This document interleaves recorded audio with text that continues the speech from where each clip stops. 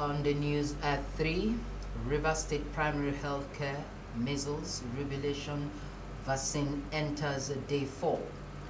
Federal government gives contractors 7-day ultimatum over poor road work. Plus, Inspector General of Police directs a tactical deployment manhunt after Kwara attack. This is the news at 3. Thank you for joining us. My name is Ibiguni Kalio. River State treasure base of the nation. Let's build and take her to greater heights. It's a task we must accomplish. You can watch our news live on Facebook and YouTube at Rstv Online. You can subscribe and click the notification bell for updates on our live feeds. Now, River State Primary Healthcare Management Board has begun a 12-day measles and rubella vaccine campaign to curb the menace of deformity, blindness, and deafness in children caused by measles and rubella diseases. The ceremony, hosted by the Obiakpo Local Government Council, is in partnership with the National Primary Healthcare Management Agency, World Health Organization, and other donor agencies. Melvin Jackson tells us more. In his address of welcome, Chairman Obiakpo Local Government Area Gift Wallo, who acknowledged the usefulness of the vaccines, thanked the state government, the Ministry of Health, and the Primary Healthcare Management Board for finding his local government area worthy to kickstart the campaign of measles rubella vaccines in the state. He noted that with the vaccines, children within his local government area will have a new ease of life, urging parents and guardians to avail their children and ward to be inoculated to avoid being victims of the harmful scourge. This is not the time to talk religion.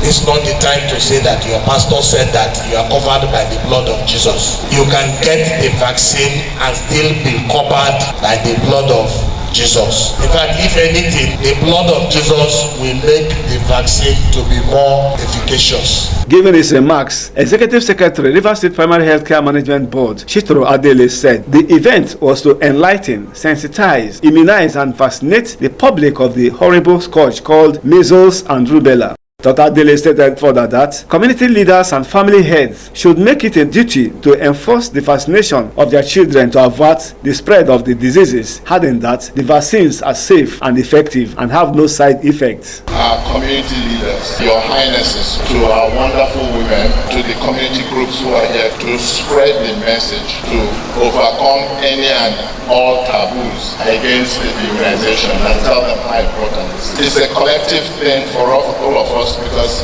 one person gets measles in the community, it spreads rapidly, and then it becomes a more difficult and more expensive thing to control the infection. River State Commissioner for Health, Dr. Adeze Ore, represented by the Permanent Secretary, Dr. Justina Jumbo, echoed that the vaccines are necessary for the protection of children, as it is a combined force of drugs that eradicates human papilloma virus in girls of 9 years old, measles rubella for children between the ages of 9 months to 14 years, and routine immunization for children between 0 to 3 months. She advised the public to take advantage of the campaign to avail their children and wards to any healthcare center near them to be inoculated. Mothers, please bring out your children for immunization. The immunizers that will be going around to churches to immunize these children. Imam in your mosque, ensure that your people bring out their children and be immunized. It will not prevent the women from giving birth. Instead, it will enhance them to give birth to complete and healthy children. In a goodwill message, community heads, donor agencies and partners as well as beneficiaries commended the state government for the efforts, promising to convey the message to their areas and to provide their subjects for vaccination. Melvin Jackson, Rstv News. Chairman of Emoha Local Government Council, Dr. Chidi Lloyd, has expressed happiness over the relative peace enjoyed in River State and sued for its sustenance. He made the remarks shortly after appearing on an Rstv live program, Stewardship. Namde Olimini reports. Dr. Lloyd also thanked God for the restoration of peace in the state and prayed for the perfection in the interest of the people and residents of the state. He said no meaningful development can take place in the absence of peace and appealed for collective efforts to achieve lasting peace in the state. According to him, it is commendable that projects initiated by previous administration have been continued by the Governor Fubara-led administration, noting that government is a continuum. Every matter that is not in the exclusive list and the concurrent list is on the residual list. So we decided to give to our people what they want. What is the crime in constructing a road where there is none? We are only also supporting the state government so that such funds can now be put elsewhere. The Emoha Local Government Council boss explained that he decided to embark on road construction because he wanted to bequeath laudable legacies, as according to him, the purpose of governance is to provide for the people. He said beside road construction, his administration has made impact in other sectors, including education, information and communication technology, skills acquisition, and youth empowerment, among others. According to him, he cannot satisfy all the needs of the people within the limited time, but is optimistic that more will be done for the benefit of the people of Emoha. We thank God for today. We thank God for the state. We thank God for the peace that pervades the state. We are happy that we are not running helter-skelter in the state, and that I could see projects that were started by his predecessor being continued, and so on and so forth. So we thank God for Jesus.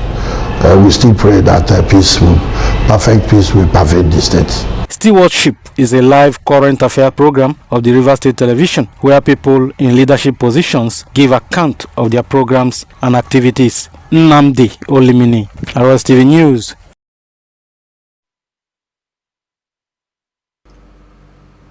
Now, students should channel their energies into lucrative ventures, particularly skills, businesses capable of boosting income to finance their career paths. President Rotary Club of Isiokpo RTN Ichichi Biando gave the advice while presenting a career talk, which was part of an outreach sponsored by the club for students of Government Secondary School Ubudo and traders of Isiokpo Market. Melvin Jackson was there and reports.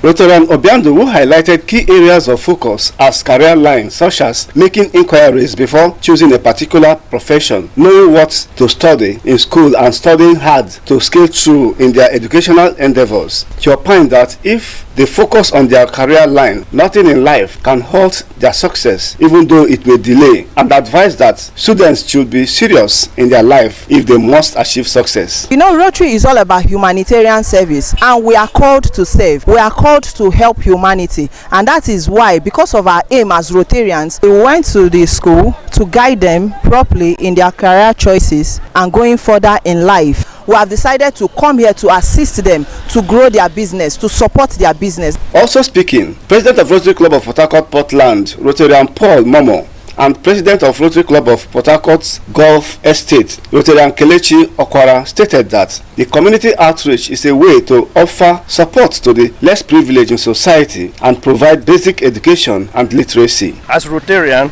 it's part of our duties to, at the several area of focus, to encourage the less privileged in the community. So by this program, I really want to appreciate the Lottery Club for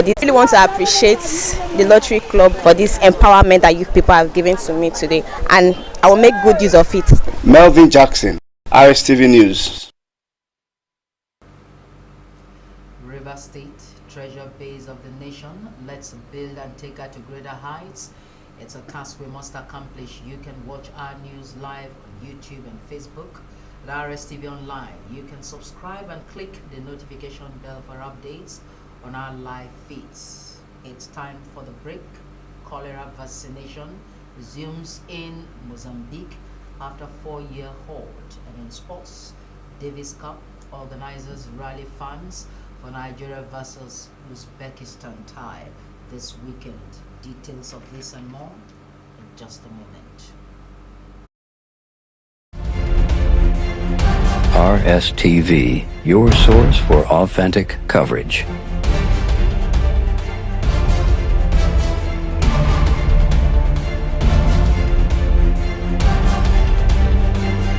View us on YouTube Rstv Online, Facebook,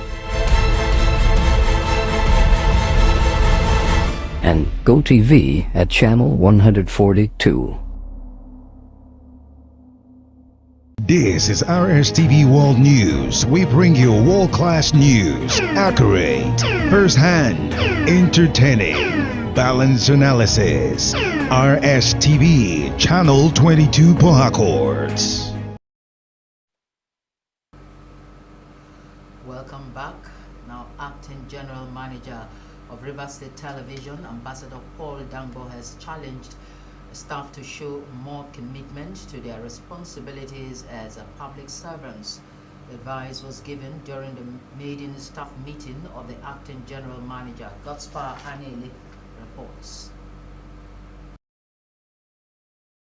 Ambassador Dambo, who commended the progressive efforts of the Permanent Secretary, Rivers State Ministry of Information and Communications, Dr. Ono Sirawo in the state, enjoined the producers in the station to switch over to social media and project Rstv and the policies and programs of the state, as the management will provide the data and other assistance. He enumerated some laudable achievements recorded so far within the few weeks in office, to include provision of more editing machines, tripods, microphones, Rstv viewers, renovations of the air conditioners and newsroom, among others. The Acting General Manager promised to embark on quarterly in-house training and retraining of staff, and warned against lukewarm attitudes, adding that there will be Rstv stickers to rebrand the station, as well as monthly star awards for hard-working staff, with the head of Current Affairs Division, Ibiene Ogondo, as chairman of the 3-man committee on motivation. It is proper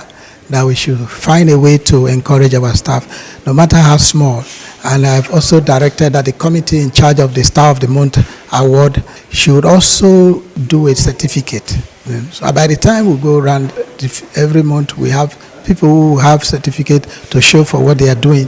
Some people can even keep winning, and the more you don't know, those certificates may speak tomorrow for you. Director Administration Ndo Aje, Director Programs Messia Bob Manuel, and Deputy Director Account Ambassador Margaret Jack Adebisi also described the monthly meeting as a laudable initiative and advised staff to remain focused. Can see that there are people who are doing their job with passion. It's like when they are not here, they are not happy. Of the entire staff to be responsive when they are called. Today, they have shown that they are responsive staff. Let's hope it continues. Rstv staff are very, very creative, and they have the ability to adapt. You talk to several staff in Rstv and you hear that they have creative ideas that can be turned into program. Godspar Anele, Rstv News. Now, federal government has given China Harbour Engineering Company check and its sister firm, China Harbour Operation Maintenance Company, CHOMEC, a 7-day ultimatum to address public safety and environmental concerns on the Makurdi-Enugu Road project or face sanctions.